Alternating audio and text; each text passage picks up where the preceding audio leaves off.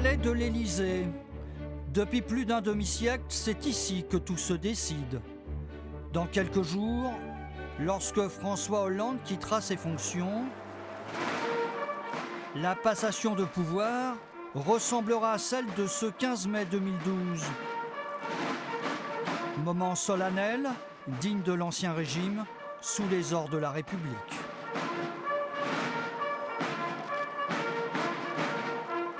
Au premier étage, des portraits des anciens hôtes du château. L'Élysée intrigue, l'Élysée fascine. La preuve, depuis 1984, des milliers de curieux profitent chaque année des journées du patrimoine pour découvrir les lieux, des heures d'attente sous les fenêtres du bureau du président. L'escalier d'honneur qui conduit au bureau, la bibliothèque, Pompidou l'avait transformée en fumoir, le salon des tapisseries venant de la manufacture des Gobelins, et bien sûr, le bureau présidentiel. On imagine l'homme derrière son bureau, réfléchissant, travaillant, et c'est vrai qu'on dit qu'il y a certaines décisions qui ont été prises ici qui ont certainement marqué l'histoire. Des décisions dans cette salle du Conseil des ministres, mais aussi dans la salle des fêtes lors des dîners officiels pour les chefs d'État invités. Pas fasciné par le pouvoir, mais oui, c'est assez intriguant de voir ce qui se cache derrière les murs de l'Élysée. Derrière les murs de l'Élysée, 1000 personnes travaillent, dont 400 militaires. Ça va? Et celui qui donne le là, c'est lui, le président. C'est pas humide. Qui chaque semaine avant le Conseil des ministres accueille Bernard Cazeneuve pour un tête-à-tête. C'est un rituel de la Ve République, l'occasion de faire un dernier point et sans doute aussi le moment privilégié pour évoquer les sujets délicats. Beaucoup de sujets. Voire secrets, à l'abri des regards et des oreilles indiscrètes. Nous sommes au premier étage du bâtiment, dans le salon doré qui occupe le centre du palais. Ce bureau est le symbole du château. C'était la semaine dernière, la fusillade des Champs-Élysées n'a pas encore eu lieu. À quelques jours d'une fin de mandat, ce rituel du tête-à-tête entre les deux chefs de l'exécutif a-t-il encore un sens ? Les sujets les plus urgents et les problèmes les plus aigus se moquent des élections présidentielles. Ils se présentent à nous tous les jours, sur le plan international, sur le plan intérieur, qu'il s'agisse de la situation en Guyane, par exemple, de la menace terroriste qui demeure extrêmement élevée et qui nous oblige jusqu'à la dernière minute à prendre des décisions qui doivent être prises. Donc ce n'est pas des secrets que finalement on peut se dire qu'en tête-à-tête. Mais il y a des secrets que l'on se dit en tête-à-tête, je ne les évoquerai pas avec vous, de toute façon. L'autre endroit où les secrets sont bien protégés, c'est ici. Ces hommes patientent. Ils attendent le président pour un conseil restreint de défense qui se tient chaque semaine, depuis l'attentat de Nice le 14 juillet dernier. Pour la première fois, une caméra est autorisée à filmer. Avec les principaux ministres, les grands patrons des services secrets, la DGSE, la DGSI, les services de renseignement militaire. Bien.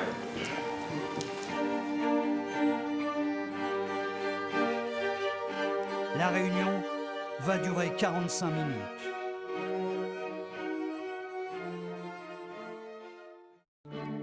Précédemment, nous avons découvert le palais de l'Élysée, le lieu de pouvoir, suivi le tête-à-tête entre le président et son premier ministre, Beaucoup de sujets. puis la réunion du conseil restreint de défense.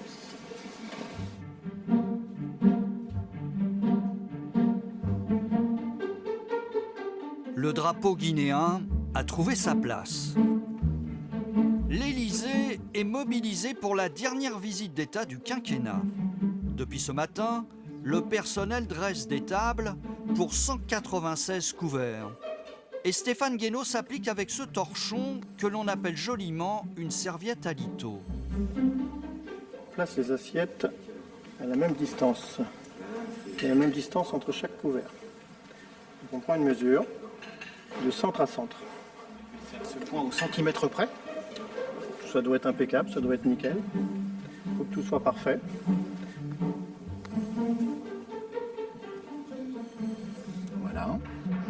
Donc ce modèle a été fait pour le palais de l'Élysée.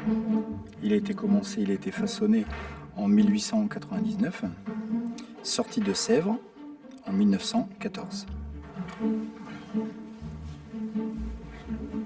C'est déjà arrivé que ces pièces-là soient abîmées justement lors d'un dîner, d'un repas? Lors d'un dîner, non. On fait très attention à la manipulation, que ce soit pour le service ou pour le retour. Donc on est vraiment dans la délicatesse jusqu'au bout. Chaque table porte un nom de fleur. La mise en place va durer toute la journée. Alpha Condé, le président guinéen, vient d'arriver à Paris et comme c'est une visite d'État, le plus haut niveau protocolaire, la garde républicaine l'accompagne. Moment exceptionnel, 140 chevaux et bien sûr autant de cavaliers sous le commandement du colonel Philippe Delapierre.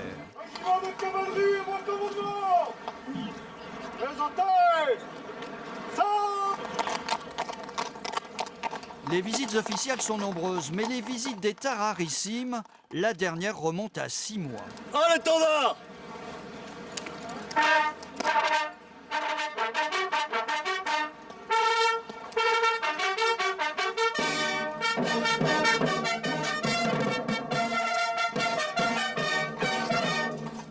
il y a une image majestueuse un petit peu de la représentation nationale. Puis pour moi c'est un haut niveau. Ça fait partie de la tradition française. Il ne reste plus que l'Angleterre et la France pour avoir des soldats montés, enfin je veux dire des cavaliers. C'est une belle tradition, il faut la conserver.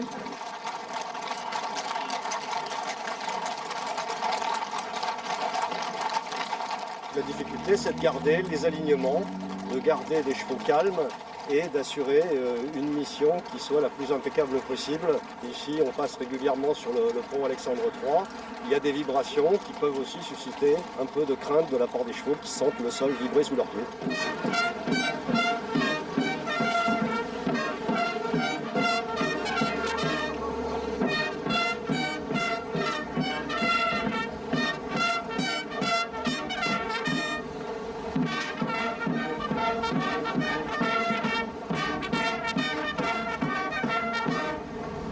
La garde républicaine escorte la voiture du président guinéen des Invalides à l'Élysée.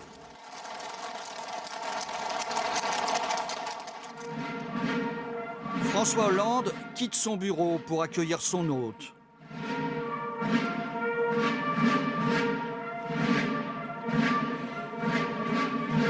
Les deux hommes se connaissent bien. Patron du Parti socialiste, François Hollande l'avait soutenu lorsqu'Alpha Condé était en prison dans son pays. Qu'est-ce que vous allez lui dire ce soir en le quittant? Si je vous dis maintenant, ça n'a pas d'intérêt, il faut attendre, sinon il n'y aura pas de surprise. Mais ce qu'il m'avait dit pendant tous ces derniers mois, c'est « ne me quitte pas ». Voilà.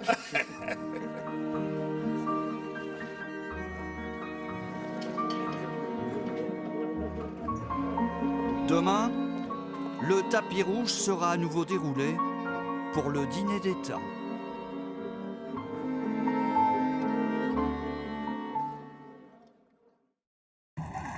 Précédemment, 140 chevaux de la garde républicaine ont escorté jusqu'à l'Élysée la voiture du président guinéen. Dans la salle des fêtes, on dresse les tables pour le dîner. Tu veux que je dresse? T'as les gants?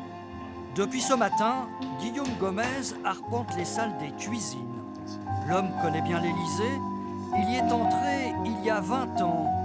Il porte fièrement le ruban de meilleur ouvrier de France.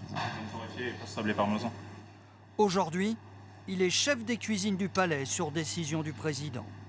Sur un grand dîner d'État, on va essayer toujours de préconiser, on va dire, une entrée froide, qu'on puisse dresser à l'avance, parce que nous, on est soumis au timing du protocole, du président, de l'invité. Et quand le président décide de passer à table, ça doit passer à table tout de suite. Hélas, qu'est-ce que c'est précisément?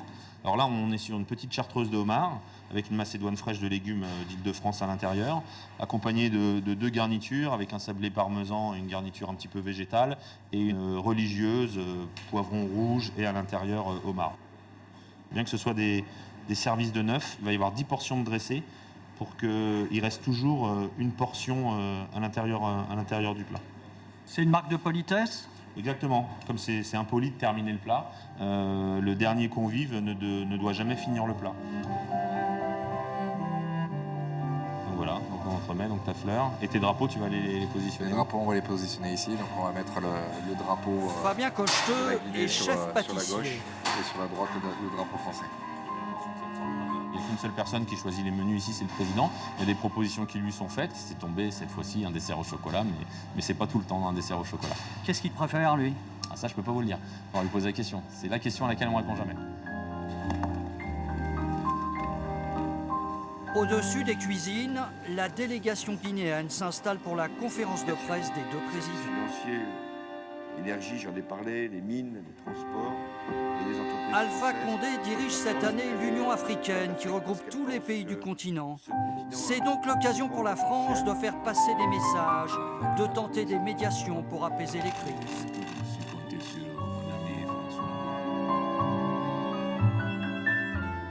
Au premier étage, juste à côté du bureau du président, Jean-Pierre Jouyet réunit ses plus proches collaborateurs. Réunion de cabinet, on a toute l'attention. L'homme est un ami de toujours de François Hollande. Il occupe un poste stratégique, secrétaire général de l'Élysée. Toute la vie du palais passe par lui. Il est le garant du bon fonctionnement du château, des plus grandes aux plus petites décisions. Visiblement, vous continuez à travailler alors que dans quelques jours, il y aura un changement de président. Oui, on a encore des dossiers qui ne sont pas finalisés, que nous souhaitons constituer. Vous voyez, par exemple, moi je tenais à ce que l'on fasse, il y a une semaine, tout ce qui était la liaison Charles de Gaulle Express et qu'on monte bien ce dossier sur Charles de Gaulle Express. Je tiens aussi à ce que l'on soit bien au clair sur tout ce qui a trait à la modernisation de l'État et à la simplification. Ce soir, c'est le dîner d'État. La fanfare de la garde républicaine prend position dans la cour de l'Élysée.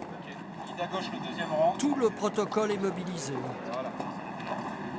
Avancez un tout petit peu, JB. Gilles avance. Encore. Guide à gauche pour le quatrième rang. Chacun trouve sa place au centimètre près. 36 musiciens sous la conduite du lieutenant-colonel Antoine Langagne. Un petit peu Richard. Le dernier rang, guide à gauche. On ne travaille pas dans le stress, on travaille dans la préparation. Donc non, c'est pas d'inquiétude. On va essayer de, comme à chaque fois, bien faire notre travail.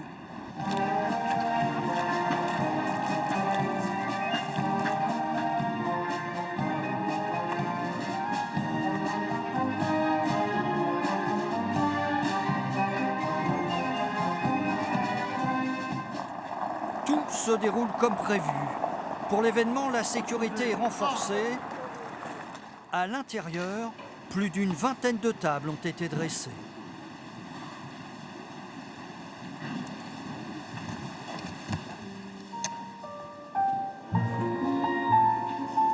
Sébastien, il faut y aller là.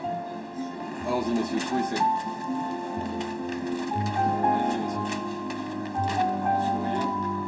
Demain, François Hollande parlera au téléphone avec Angela Merkel et Vladimir Poutine. Précédemment, nous sommes allés en cuisine découvrir le menu du dîner d'État. La fanfare s'est installée dans la cour pour accueillir les invités. Le secrétaire général de l'Élysée règle les affaires au jour le jour.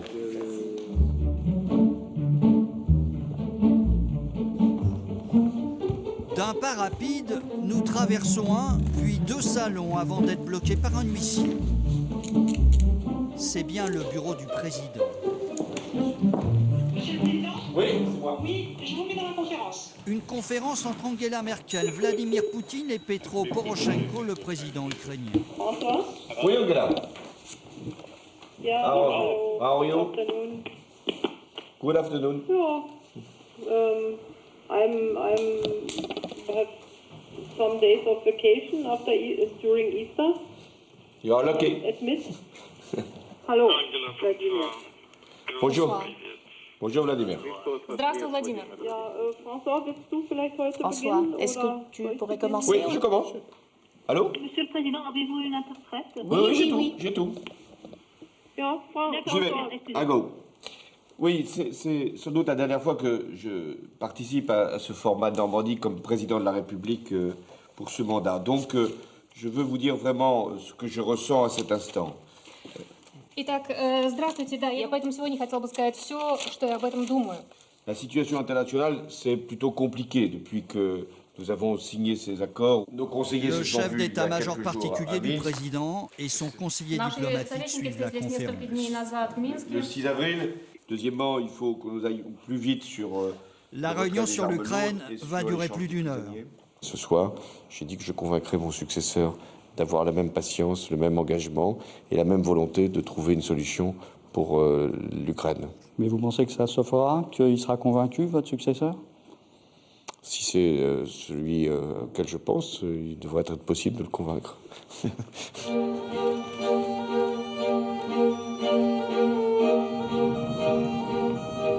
À quelques centaines de mètres du château, il suffit de traverser la Seine pour rejoindre l'école militaire.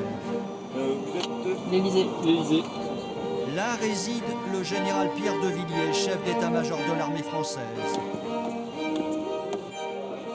Il reçoit François Hollande et l'amiral Rogel. À l'ordre du jour, la lutte antiterroriste, en particulier au Sahel. Aujourd'hui, près de 30 000 soldats sont déployés en France et à l'étranger. Bon, on a passé toute l'après-midi. Ces réunions avec François Hollande, qui va quitter le pouvoir, ont-elles encore un sens? Le monde continue, même à 3 semaines d'une passation de pouvoir, et avec le président de la République, nous continuerons jusqu'au bout. Et ensuite, j'assure la continuité en quelque sorte de l'État. Et quoi qu'il en soit, les soldats français, eux, ils continueront sur le terrain. À l'Élysée, les présidents se succèdent, mais le palais, lui, n'a pas changé. Si ce n'est côté jardin, grâce à ce sculpteur franco-argentin, Pablo Reynoso. Si on ne l'a pas repéré, on ne voit pas très bien. Mais quand on l'a repéré, on s'est dit, tiens, il y a des lignes noires, comme dans les balcons, et qui se mettent à jouer, qui se mettent à vivre. Donc voilà, on approche, par exemple, on fait la montée des oliviers, si on peut dire. Et là, c'est des feuilles d'olivier que j'ai fait en bronze. Et donc, elles remontent la sculpture, elles vont aller vers le jardin. Tout simplement un banc pour s'asseoir et dialoguer. Rare signe de la République dans ce château d'Ancien Régime.